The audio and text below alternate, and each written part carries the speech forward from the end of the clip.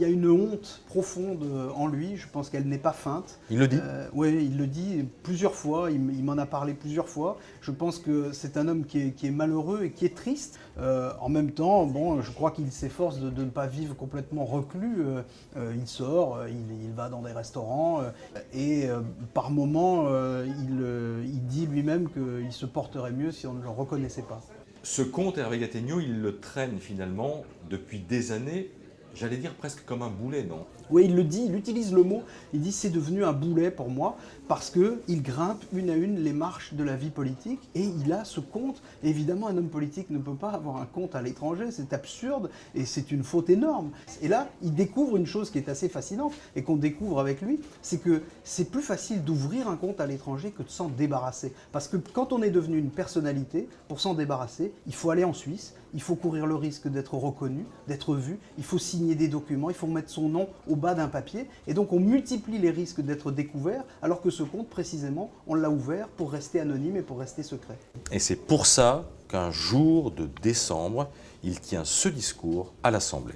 Je dément catégoriquement les allégations contenues sur le site Mediapart. Je n'ai pas, monsieur le député, je n'ai jamais eu de compte à l'étranger, ni maintenant, ni avant. Hervé, il vous a raconté ce qui se passe à ce moment-là dans sa tête. Oui, c'est l'une des scènes les plus fascinantes de cette histoire. Il est à l'Assemblée, un lieu qu'il adore, un lieu où il a énormément aimé travailler comme député puis comme ministre, il le dit. Et au moment où il fait ce mensonge, avec un brio exceptionnel, parce qu'on le voit sur les images, ses mains ne tremblent pas, sa voix est ferme, et bien au moment où il fait ce mensonge, lui, il dit à l'intérieur, je suis dévasté. Qui l'a balancé? Mediapart a eu forcément plusieurs sources dans cette affaire.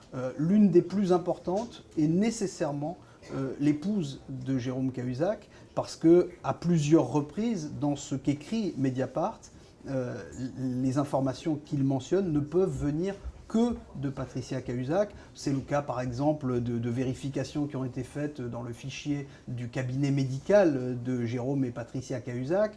C'est le cas d'un certain nombre de détails sur la chronologie de l'existence du compte suisse que Patricia Cahuzac était seule à connaître. Et d'une certaine façon, c'est aussi le cas de plusieurs des approximations écrites par Mediapart dans un premier temps sur le compte, qui correspondent très exactement à ce que sait ou à ce que croit savoir Patricia Cahuzac. Devant la justice, le directeur de Mediapart, Edoui Plenel, a dit que les vérifications des journalistes de Mediapart étaient allées jusque dans l'entourage très proche de Jérôme Cahuzac. Je pense que c'est à ce moment-là que Jérôme Cahuzac a compris, ou plus exactement qu'il s'est fait à l'idée que réellement son épouse faisait partie des sources de l'organe de presse qui a causé sa perte.